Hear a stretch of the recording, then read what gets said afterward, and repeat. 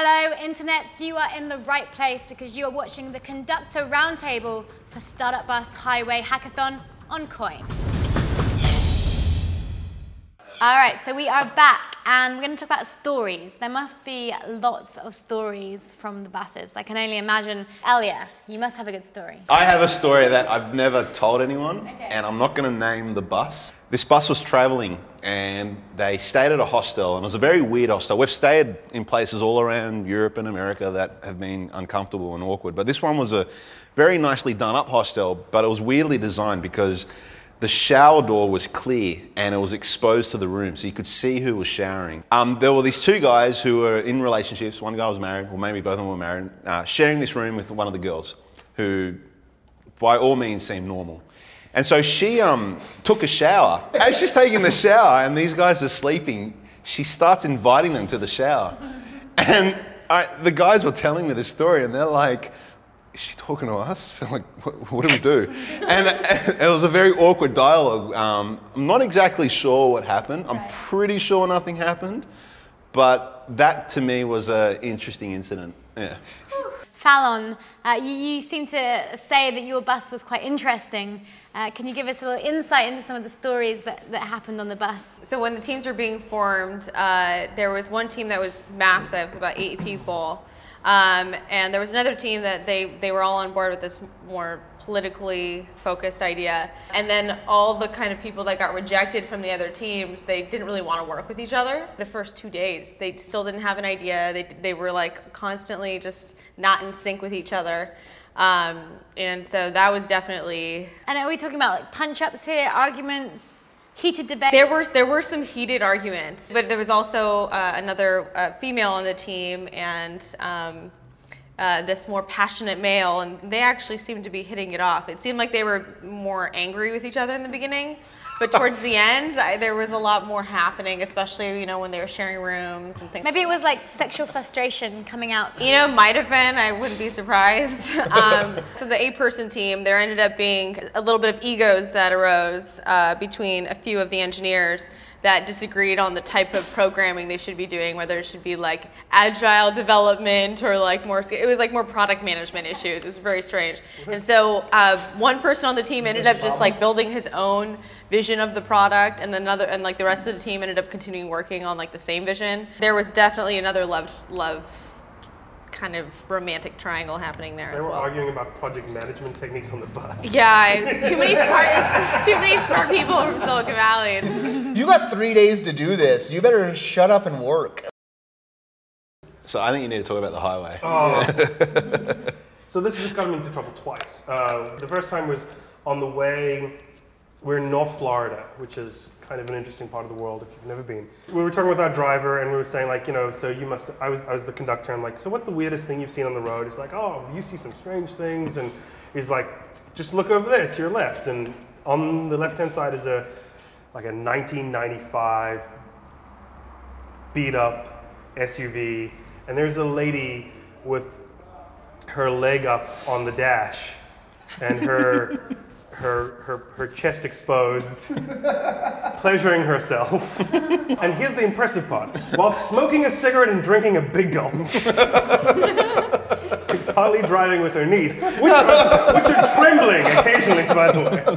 And looking over to the bus and waving. And on my bus, there were a bunch of like, you know, nerdy kids who have occasionally seen a girl. They've been exposed to the internet, but every single person. I was worried the bus was going to tip over because they were on the bus. What happened was when we got to Austin, Elia had some dead space to fill. So he invited me up onto the stage, and he told me to tell the story to everybody. And there's, you know, everyone from StartupBus, there's like 400, 500 people there. So I get up on the stage, and I'm like, you really want me to tell the story? I'm like, okay. So I stand up at the microphone, and then he pulled me off the stage as I got to the part about, you know, the masturbation.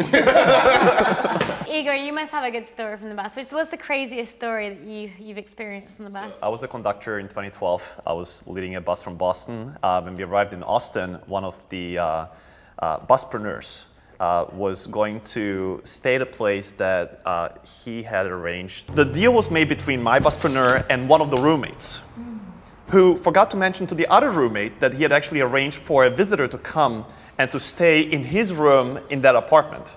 What I remember is this was at a not most opportune time of the day when this person just showed up and was looking for the key that wasn't where it was arranged to be. So eventually, like what every normal person would do, just check if somebody's inside who can let him in. So knock on the window, knock on the door. You know, this person ended up seeing someone inside, so they did not just walk away. They're like, oh, they just can't hear me, so knock a little louder and everything else. At some point, he also noticed that there's a cop coming up the stairs. And what was weird about that is that the cop was actually taking some precautions. Like, you know, he was like, you know, kind of like walking along the wall and like, you know, had a hand on the gun type of a thing. And he thought like, you know, maybe something's going on in this building and, you know, I should be careful, but, you know, knocked a few more times. Eventually the cop starts screaming and telling all the regular things you hear on TV, right?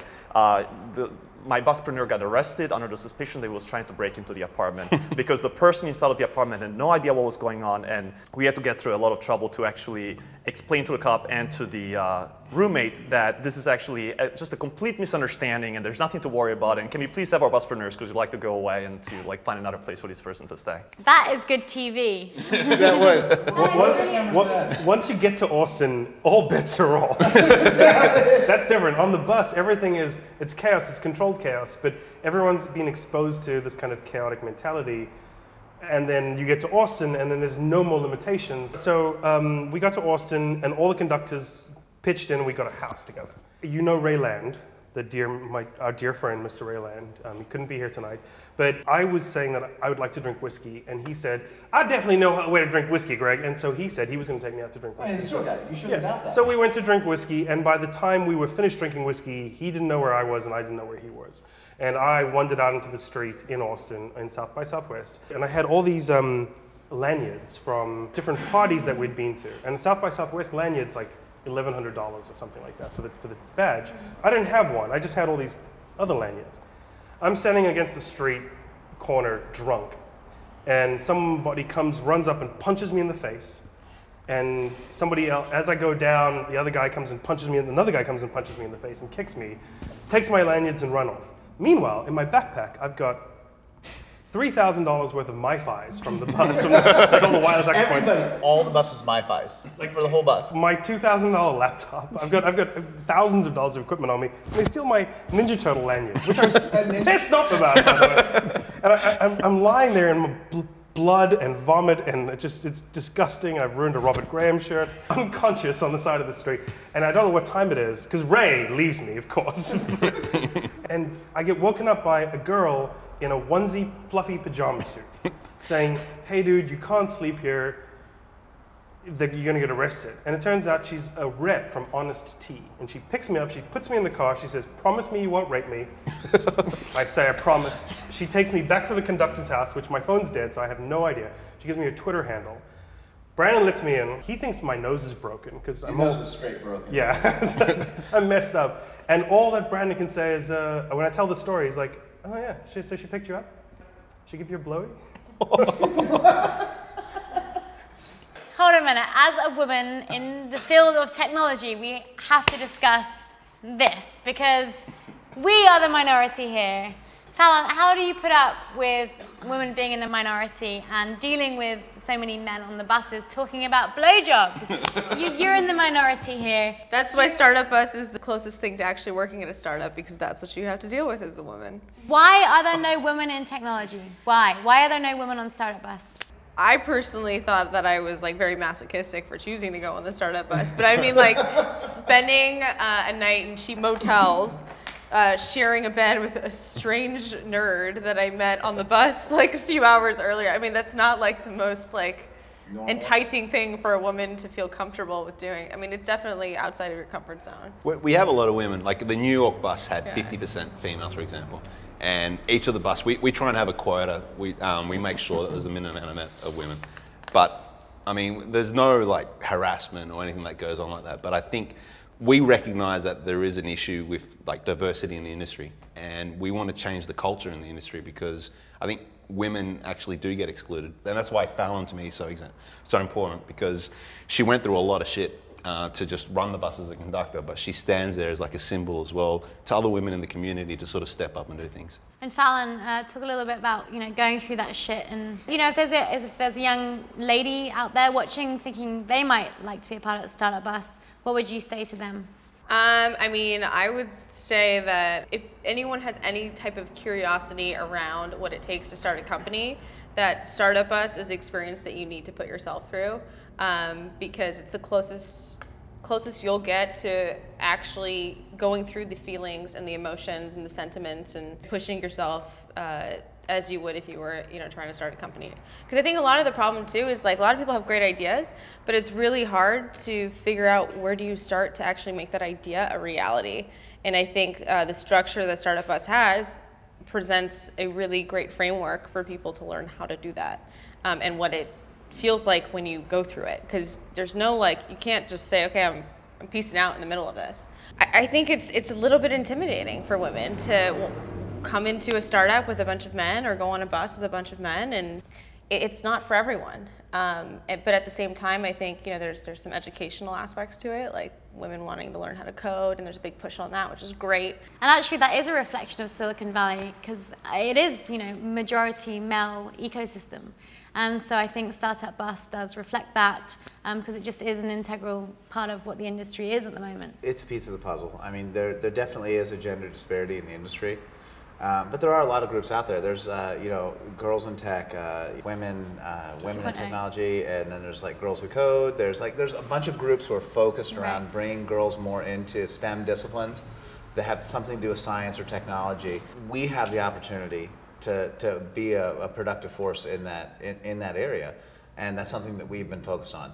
I have daughters, and I would love for my daughters to eventually, be like, hey, I want to start a company. Like, hell yeah. I will say that there's, that's something that's very socialized when we're young. Girls do girl things, boys do boy things. And for some reason, technology is considered a boy thing. Right. And that doesn't make a lot of sense, because there's a lot of aspects to starting a company that involve a lot of personality types, they involve a lot of skill sets, they involve a lot of things that are neither male nor female. Right. And I think that to this point, perhaps women have felt excluded. Well, I think it's less about being excluded. I think it's more that this whole women in tech issue, some of it, I think a lot of the responsibility actually is on women, at ourselves, that we don't push ourselves to get involved. One of the hardest things of starting a company is actually having to deal with your own insecurities, and as women, we're very insecure. And men, how do men deal with insecurity? They show more confidence. Yeah. And that's a fundamental, that's just we're made differently. As a woman, that's something that I've had to work through being an entrepreneur, is facing myself and facing my insecurities and building my confidence. And those aren't things that happen overnight. Those are things that it takes actually taking action and putting yourself in the environment and pushing yourself to grow. There's also a lot that we as organizers can learn, as managers in companies, as organizers of StartupBus. So I was actually surprised to hear that there were 2 dudes in the same hotel room with a girl. That just surprises me, because definitely on the Boston bus, and I believe on the New York bus the year before, we all actually made sure that girls had their own room and guys had their own room. I mean, that just eliminates a lot of problems. Yeah, it's a very simple design tweak, and you have eliminated 90% of the potential problems that could come out of the situation late at night in a room, whatever.